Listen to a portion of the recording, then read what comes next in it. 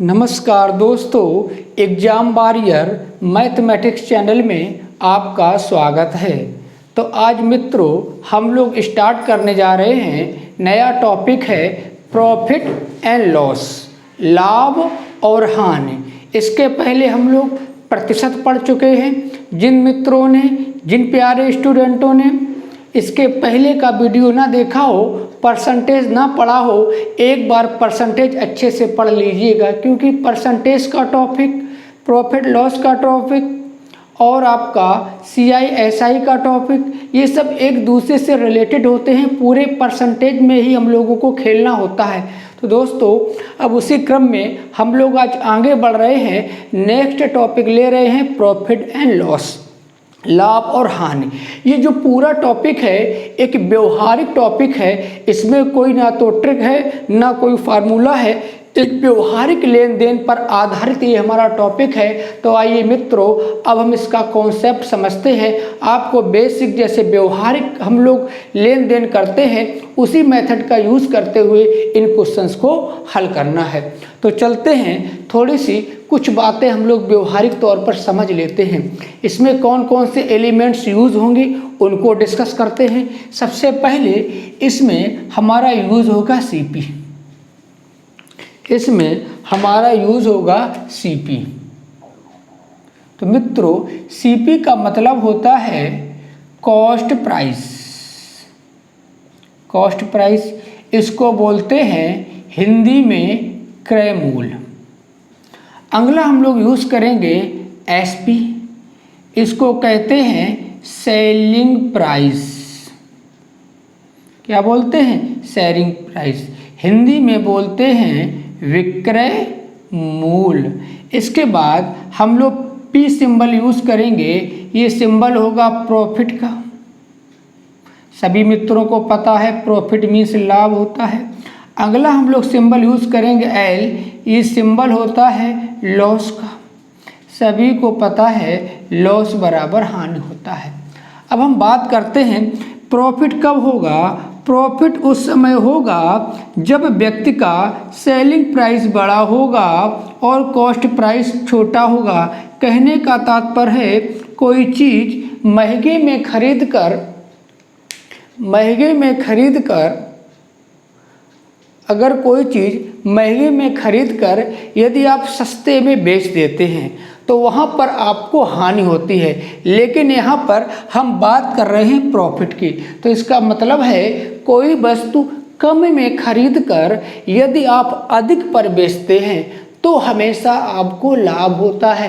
कहने का तात्पर्य है कोई वस्तु यदि आप सस्ते में खरीद कर महंगे में बेचते हैं तो हमेशा आपको प्रॉफिट होता है। प्रॉफिट में हमेशा सेलिंग प्राइस बड़ा होता है और कॉस्ट प्राइस छोटा होता है। तो कह सकते हैं प्रॉफिट बराबर selling price minus cost price, माने लाभ बराबर विक्रय मूल्य माइनस क्रय मूल्य। अब बात करते हैं लॉस। तो लॉस बराबर होता है CP माइनस SP। तो इसमें हम कह सकते हैं जब कोई वस्तु अधिक मूल्य पर खरीदी जाए और कम मूल्य पर बेची जाए तो उस पर हमेशा घाटा होता है। अपनी भाषा में कह सकते हैं कोई वस्तु महंगे में खरीद कर और सस्ते में बेच दो तो उस वस्तु पर हमें हमेशा घाटा होता है।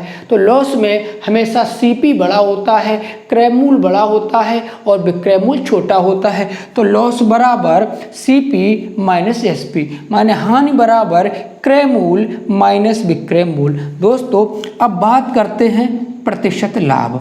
प्रतिशत लाभ बराबर होता है लाभ बटे क्रय मूल्य गुणे 100। तो हम कह सकते हैं प्रतिशत प्रॉफिट बराबर profit by cost price into 100। अब बात करते हैं प्रतिशत लॉस बराबर लॉस माने हानि बटे क्रय मूल्य गुणे 100।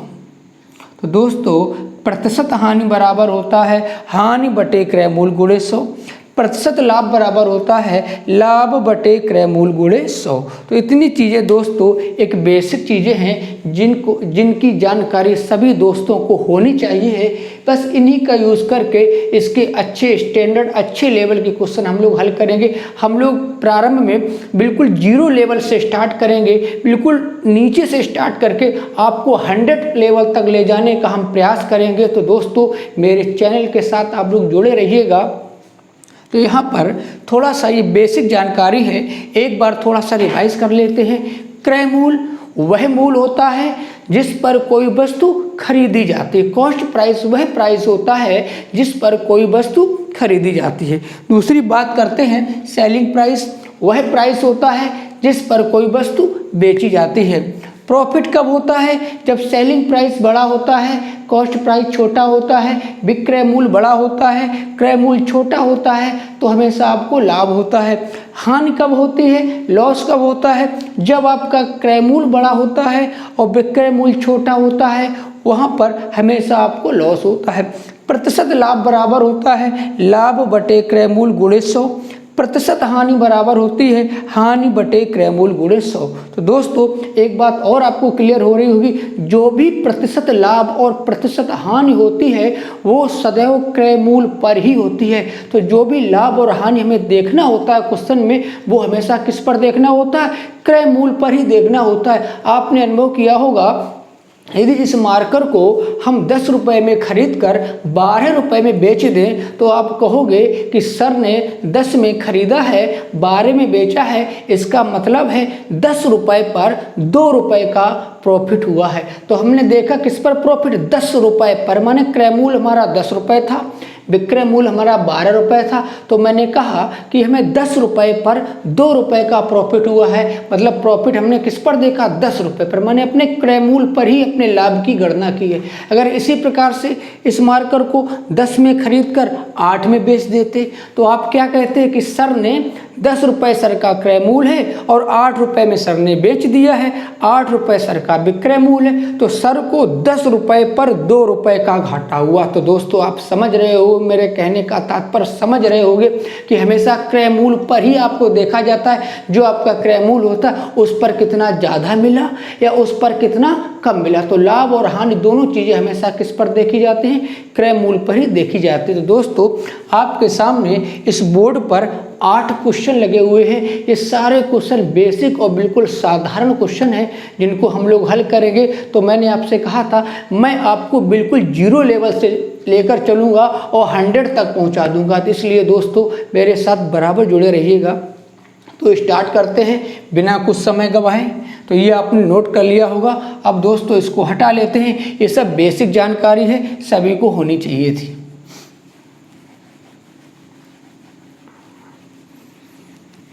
अब हम बात करते हैं question number first. Question number first बहुत ही आराम से समझिएगा। कह रहा है 630 रुपये में 12.5% के लाभ पर बेची गई वस्तु का क्रय मूल्य ज्ञात करो।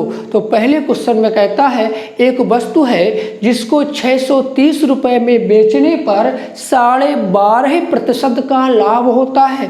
तो आपसे कह रहा है उस वस्तु का क्रय मूल्य ज्ञात करो, उस वस्तु का कॉस्ट प्राइस कितना है ये आपको निकालना है। दोस्तों मैंने आपको परसेंटेज में बताया था, हम लोगों को फ्रैक्शन से खेलना है और 100 के साथ खेलना है। तो बड़े ही आसान और आसान से हम लोग इस क्वेश्चन को समझेंगे। तो सबसे पहले दिया गया है 12.5%। फ्रैक्शन में आपको दिया गया है 12.5%। 12 से ही 1/2% का आपको क्या दिया गया है? लाभ। तो दोस्तों 12.5% का मतलब होता है 1/8। तो इसका भिन्न कितना होगा? 1/8। और मैं आपको बता चुका हूँ जो भी लाभ या हानि होती है हमेशा क्रय मूल्य पर ही देखी जाती है। तो इसका मूल राशि हमारा क्या हो जाएगा? क्रय मूल्य हो जाएगा। तो मित्रों मैंने मान लिया है कि एक वस्तु का क्रय मूल्य 8 रुपया है और 8 का 12.5% कितना होगा? 1। तो एक वस्तु का क्रय मूल्य 8 रुपया है तो उस पर लाभ कितना हुआ? 1। कह रहा है लाभ हो रहा, 12.5% का लाभ हो रहा है। तो 12.5% का मान 1/8, तो मैंने मान लिया कि वस्तु का क्रय मूल्य 8 है। 8 में यदि 1 रुपये का लाभ हुआ, आपने देखा मैंने माना क्रय मूल्य 8, प्रॉफिट माना 1। तो दोस्तों अगर कोई चीज़ 8 में खरीदी गई है, 1 के लाभ पर बेची गई है, तो सेलिंग प्राइस कितना हो जाएगा? 9। तो दोस्तों यहाँ पर कह सकते हैं उस वस्तु का सेलिंग प्राइस कितना आ गया? 9 आ गया। लेकिन क्वेश्चन में उस वस्तु का सेलिंग प्राइस कितना दिया है? 630। तो हम कह सकते हैं 9 बराबर 630 रुपये के 9 एकम 9, 9 सत्ते 63, 1 बराबर 70 रुपये के।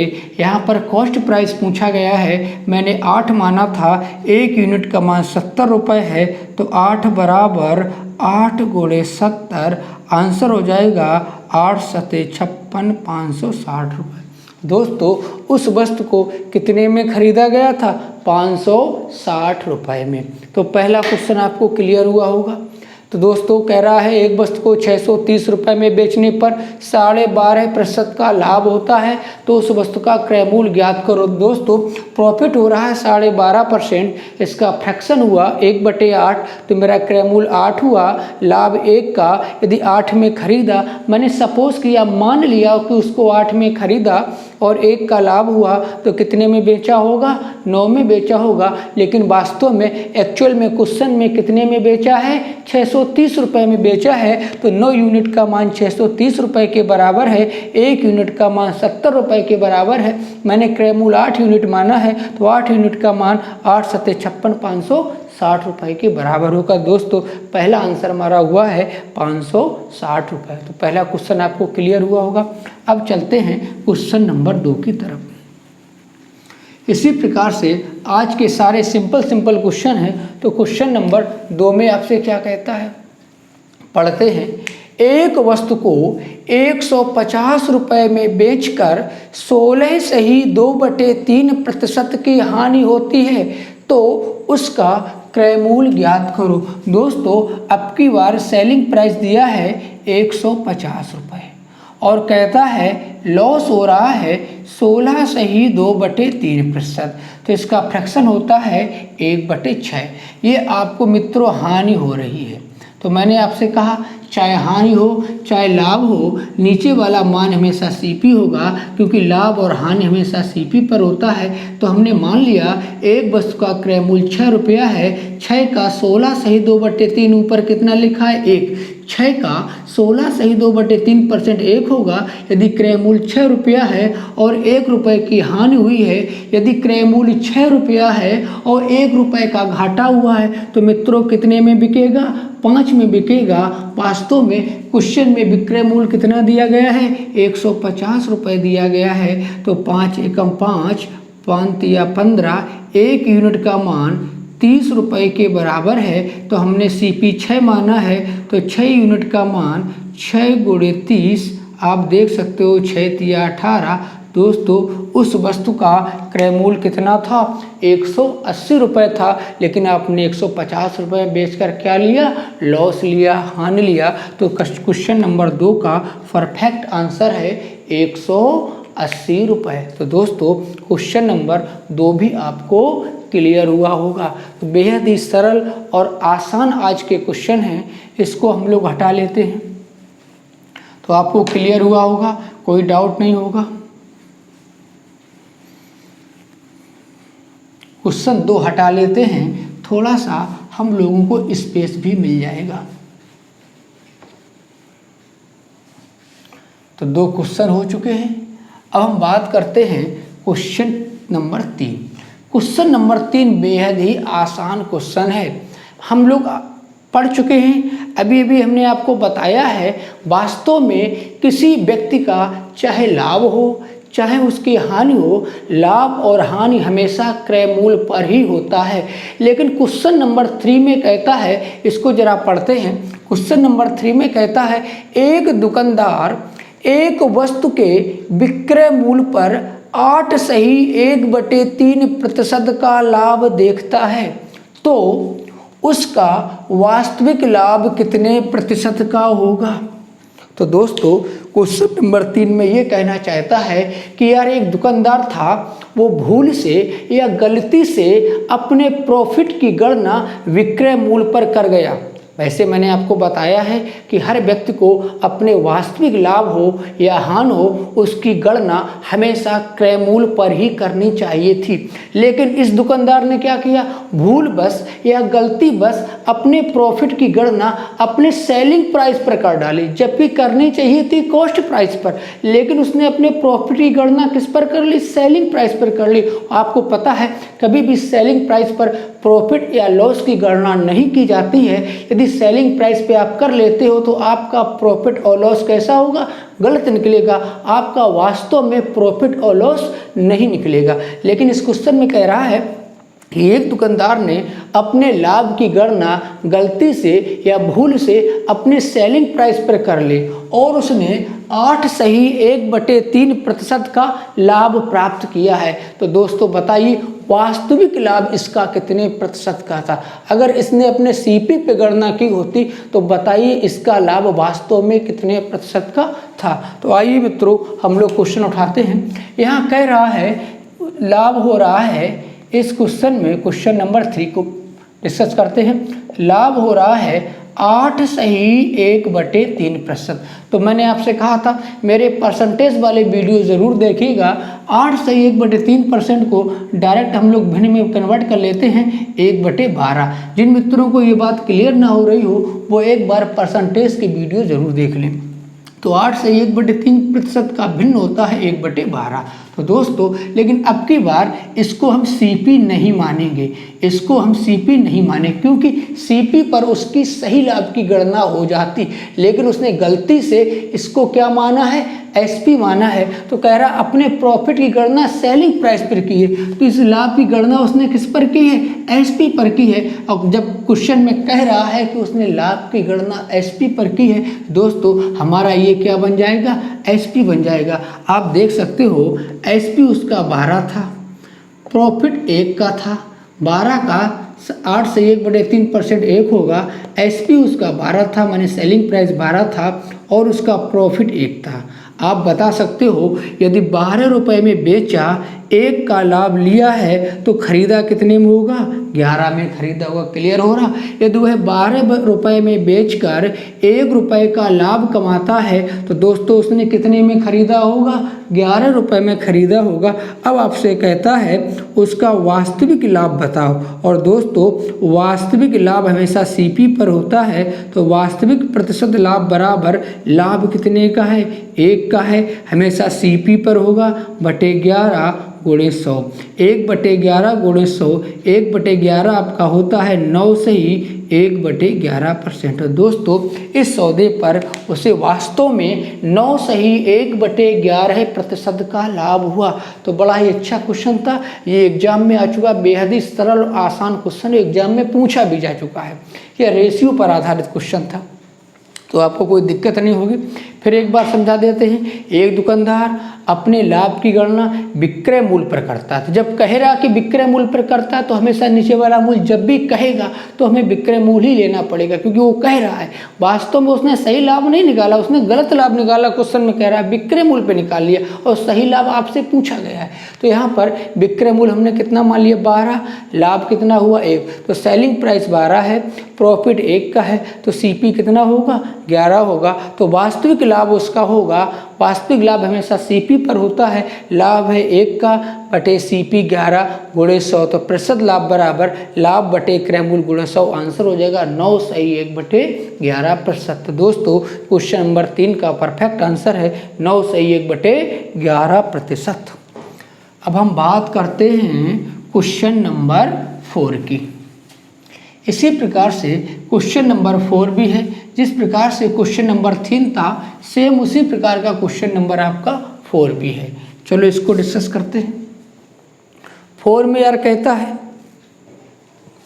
एक दुकानदार अपने हानि की गणना, एक दुकानदार अपने हानि की गणना विक्रय मूल्य पर, फिर वही क्वेश्चन है, एक दुकानदार अपने हानि की गणना विक्रय मूल्य पर करता है और 25% की हानि पाता है तो उसकी वास्तविक हानि कितने प्रतिशत की है। तो दोस्तों वास्तविक हानि इस पर भी पूछी गई है। तो यहाँ पर हम देख सकते हैं, इसमें उसको मित्रों हानि हो रही है, कह रहा है हानि की गणना करता है 25%। 25% का फ्रैक्शन आपको पता होना चाहिए 1/4।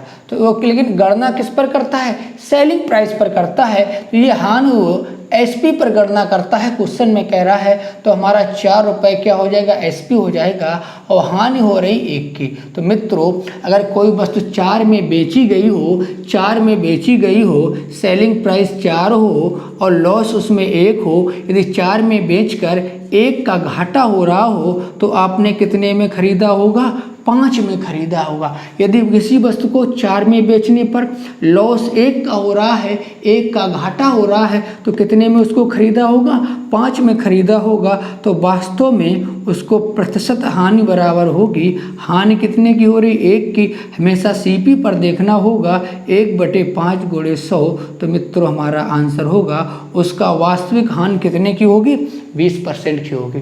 तो क्वेश्चन नंबर 4 का परफेक्ट आंसर है 20%। तो क्वेश्चन नंबर 4 में पूछा गया था, एक दुकानदार ने भूलवश अपने हानि की गणना सेलिंग प्राइस पर कर ली, जबकि उसको कॉस्ट प्राइस पर करनी चाहिए थी। तो आपको बताना है उसका वास्तविक हानि कितने प्रतिशत की होगी यदि वो कॉस्ट प्राइस पर गणना करे। तो मित्रों आपने देखा यदि वह क्रय मूल्य पर गणना करता है तो उसकी वास्तविक हानि 20% की होती है। तो क्वेश्चन नंबर 4 भी आपको क्लियर हुआ होगा।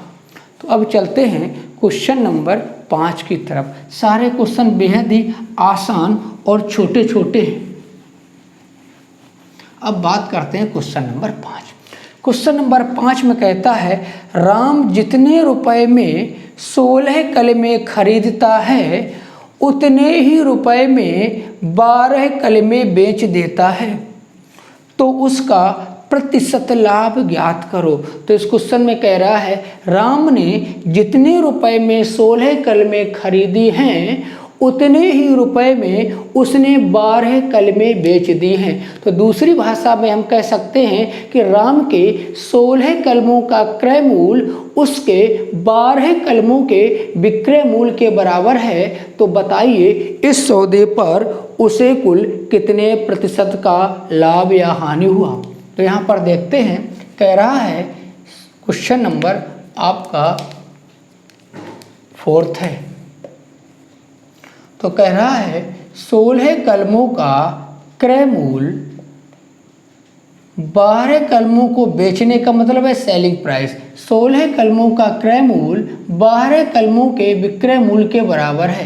क्वेश्चन कह रहा है 16 कलमों का क्रय मूल्य 12 कलमों के विक्रय मूल्य के बराबर है। तो यहाँ से हम काट सकते हैं, 4 से काट दो, 4 चौको 16, 4 तिया 12, रेशियो ले लेते हैं। इधर सीपी है, एसपी इधर आएगा, बटे में होगा, उधर 3 है, 4 उधर पहुँचेगा, वटे में पहुँच जाएगा। तो आप देख सकते हो सीपी के सामने 3 है, एसपी के सामने 4 है। तो हम कह सकते हैं कोई वस्तु 3 रुपए में खरीदी गई है और 4 रुपए में बेची गई है। तो मित्रों यदि 3 में खरीद कर 4 में बेचोगे तो लाभ कितने का होगा, 1 का होगा। तो प्रतिशत लाभ बराबर लाभ हुआ 1 का। हमेशा सीपी पर देखना है, सीपी आपका 3 है तो 1/3 × 100। तो इसका आंसर होगा 33 सही 1/3%। तो इस सौदे पर राम को कितने प्रतिशत का लाभ हुआ, 33 सही 1/3% का। तो यहाँ तक किसी दोस्त को कोई दिक्कत नहीं आनी चाहिए। तो क्वेश्चन नंबर 5 भी आपका ओवर हो गया। तो बड़े ही छोटे छोटे क्वेश्चन हैं। अब बात करते हैं, तो इन दोनों क्वेश्चनों को हम लोग यहाँ से हटा देते हैं।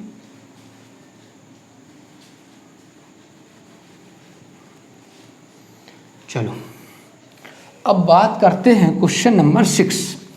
क्वेश्चन नंबर 6 में कहता है 18 पुस्तकों का क्रय मूल्य 20 पुस्तकों के विक्रय मूल्य के बराबर है, तो इस सौदे पर उसे कुल कितने प्रतिशत की हानिया लाभ होता है। तो ये भी क्वेश्चन नंबर 6 आपका क्वेश्चन नंबर 5 पर ही आधारित है।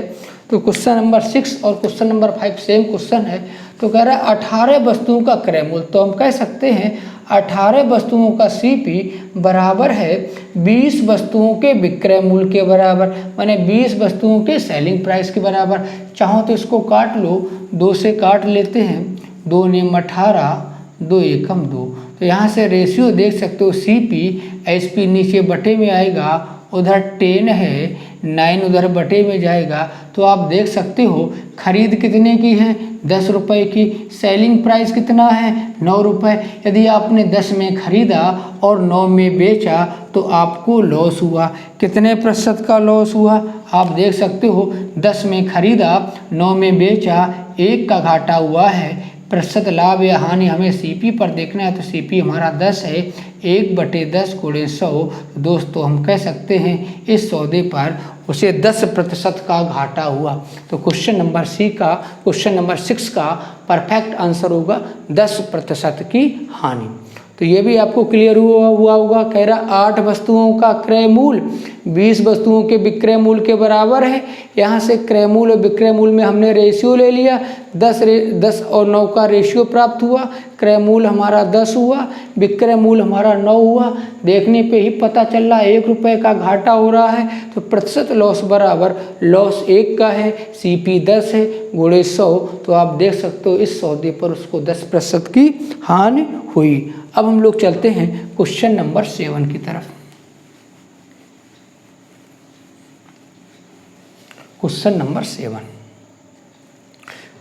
7 और 8 दोनों सेम क्वेश्चन है, तो 6 को हम लोग हटा लेते हैं। सब आपके पास क्वेश्चन नंबर 7 और क्वेश्चन नंबर 8 सिर्फ 2 क्वेश्चन बचे हुए हैं और दोनों सेम एक ही पैटर्न पे क्वेश्चन है। क्वेश्चन नंबर 7 पढ़ते हैं। कह रहा है एक दुकानदार 5 रुपये में 6 के हिसाब से नींबू खरीदता है और 6 रुपये में 5 के हिसाब से नींबू बेचता है, तो इस सौदे पर उसे कुल कितने प्रतिशत का लाभ या हानि हुआ। तो बहुत ध्यान से समझना। कह रहा एक दुकानदार 5 रुपये में, माने कोई नींबू का ढेर होगा, वो दुकानदार एक व्यक्ति दुकानदार के पास नींबू लेने पहुंचा, तो उसने कहा 5 रुपये में 6 नींबू है। अगर 6 नींबू लोगे तो 5 रुपये में पड़ेंगे, 12 नींबू लोगे तो 10 रुपये में पड़ेंगे। तो उसने एक दर निर्धारित कर दिया कि 5 रुपये में मैं 6 नींबू बेचना है, खरीद रहा था। 5 रुपये में 6 नींबू खरीद रहा था। फिर उस व्यक्ति ने जब नींबू खरीदे तो मार्केट में किस भाव से बेचे, 6 रुपये में 5 की दर से उसने 6 रुपये में 5 नींबू बेची। अब आपसे कह रहा है तो इस लेन देन में या इस सौदे में उसे कुल कितने प्रतिशत का लाभ या हानि हुआ। दोस्तों इस क्वेश्चन को समझते हैं। सबसे पहले एक शॉर्टकट तरीका आपको समझाते हैं। एक तरफ प्राइस लिख लेते हैं। 5 रुपये में आपने देखा कितने नींबू थे, 6 नींबू थे। 5 रुपये में 6 नींबू के भाव से खरीदा, फिर उसने 6 रुपये में 5 नींबू के भाव से बेचा।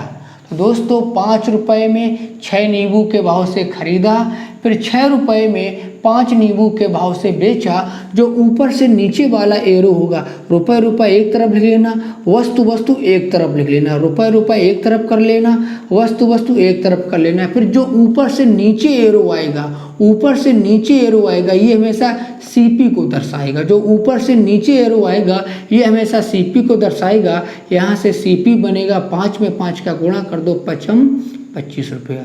और जो नीचे से ऊपर एरो जाएगा ये हमेशा सेलिंग प्राइस को दर्शाएगा। तो SP बराबर 6 का 6 में गुणा कर दो, 6 छिक्का 36 रुपये। तो यहाँ से आपको क्रय मूल्य पता चल गया 25 रुपये है, विक्रय मूल्य पता चल गया 36 रुपये है। तो आप प्रॉफिट देख सकते हो, 25 रुपये में खरीद कर 36 रुपये में बेचा गया है। तो दोस्तों प्रतिशत लाभ बराबर लाभ कितने का हो रहा है, 11 रुपये का लाभ हो रहा। 25 में खरीदा, 36 में बेचा, तो लाभ कितने का हुआ, 11 रुपये का। तो प्रतिशत लाभ बराबर लाभ 11 का हमेशा क्रय मूल्य पर देखना है, बटे 25 × 100, 25 चौको 100, 11 चौक 44। तो इस सौदे पर उसे प्रतिशत लाभ कितना हुआ है, 44% का। तो क्वेश्चन नंबर 7 का परफेक्ट आंसर होगा इस सौदे पर उसे 44% का लाभ हुआ है। कुछ टीचर इसको एक तरीके से और बता देते हैं, तो मैं उस तरीके को भी बता देता हूँ। ये मेरा पहला तरीका है। अब अगले तरीके से हम बताते हैं। तरीका यार यही है, बस वस्तुओं की संख्या समान कर ली जाती है। पहले 5 रुपये में 6 नींबू थे, फिर उसने क्या किया, 6 रुपये में 5 नींबू बेचे। तो ये नींबू उसने खरीदे थे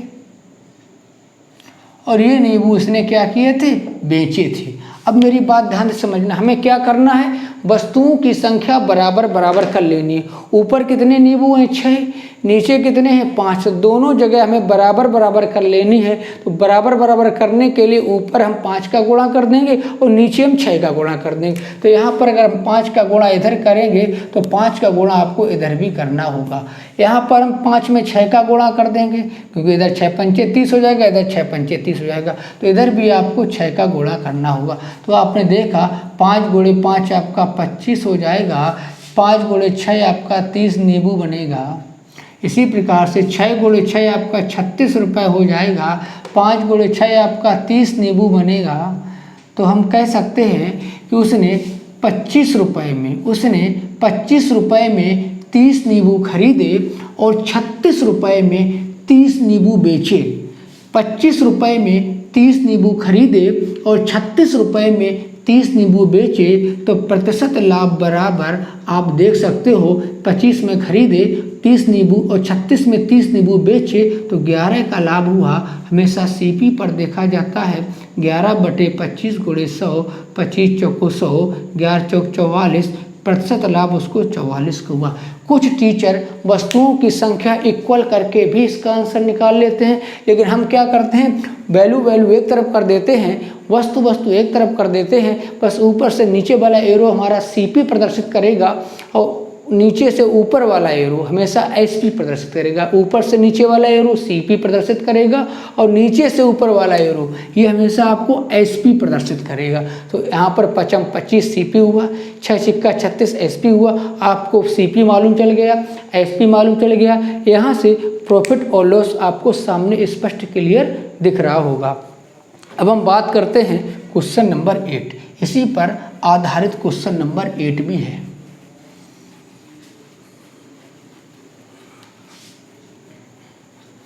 क्वेश्चन नंबर 8 देखते हैं। क्वेश्चन नंबर 8 को 7 हटा देते हैं।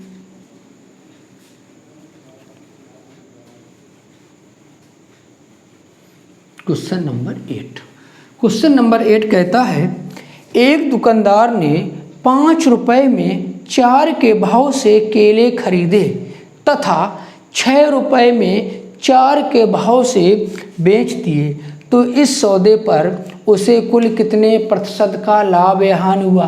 कह रहा है 5 रुपये में 4 के भाव से, माने 5 रुपये में 4 केले, 5 रुपये में 4 केले, 5 रुपये में 4 के भाव से केले खरीदे। फिर उसने 6 रुपये में 5 के भाव से, माने 6 रुपये में 5 केले, 6 रुपये में 5 के भाव से केले बेच दिए, तो इस सौदे पर उसे कुल कितने प्रतिशत का लाभ या हानि होगा। तो पहले ऊपर से नीचे क्रॉस गोला होगा सीपी, तो सीपी निकाल लेते हैं, 25 रुपये आया। फिर एसपी निकाल लेते हैं, नीचे से ऊपर वाला, नीचे से जो एरो ऊपर जाएगा वो हमेशा एसपी प्रदर्शित करेगा। तो एसपी बराबर 6 चौको 24, यहाँ एसपी आपका 24 रुपये है। अब आप देख सकते हो यार 25 में खरीदा 24 में बेचा, इसका मतलब है उसको घाटा हुआ है कितने का, 1 रुपये का। तो प्रतिशत लॉस बराबर 25 में खरीदा 24 में बेचा, 1 का घाटा हुआ है। हमेशा सीपी पर देखना है, सीपी हमारा 25 है, 1/25 सभी मित्रों को पता है, 25 चौको 100। इस सौदे पर उसको 4% की हानि हुई है। तो क्वेश्चन नंबर 8 का परफेक्ट आंसर होगा 4%। तो दोस्तों यदि आपको वीडियो अच्छा लगा हो, इसको लाइक शेयर और सब्सक्राइब करते रहिएगा और एग्ज़ाम वॉरियर मैथमेटिक्स चैनल का आनंद लेते रहिएगा। अब आपकी वैकेंसियाँ भी आ रही हैं, आप लोग तन मन धन से लग जाइएगा। मैं आपको पहले से ही बता चुका हूँ, अर्थमेटिक एक व्यवहारिक गणित है, इसमें ना तो कोई ट्रिक होती है ना कोई फार्मूला होता है, केवल बेसिक कॉन्सेप्ट पर आधारित क्वेश्चन होता है। व्यवहारिक लेन देन में इसका बहुत अत्यधिक अर्थमेटिक का हम लोग प्रयोग करते हैं दोस्तों, इसलिए मैथ में बिल्कुल घबराने की ज़रूरत नहीं होती है। मैथ में आराम से हम लोग खेलते हैं, संख्याओं के साथ इसमें खेलना होता है। बस आपका थोड़ा सा कैलकुलेशन अच्छा होना चाहिए, गुणा भाग जोड़ घटाने वर्गमूल घनमूल आपको अच्छे से आने चाहिए। और दोस्तों तो हम लोग अब इसके आगे चलेंगे नेक्स्ट वीडियो में, तो इस वीडियो को लाइक शेयर और सब्सक्राइब करते रहिएगा। और मेरा एक टेलीग्राम पर भी चैनल है एग्ज़ाम वॉरियर मैथमेटिक्स चैनल से, उसको भी आप सब्सक्राइब कर लीजिएगा, उसमें हम आपको PDF भी प्रोवाइड कराते रहेंगे। दोस्तों धन्यवाद, थैंक यू, बाय बाय।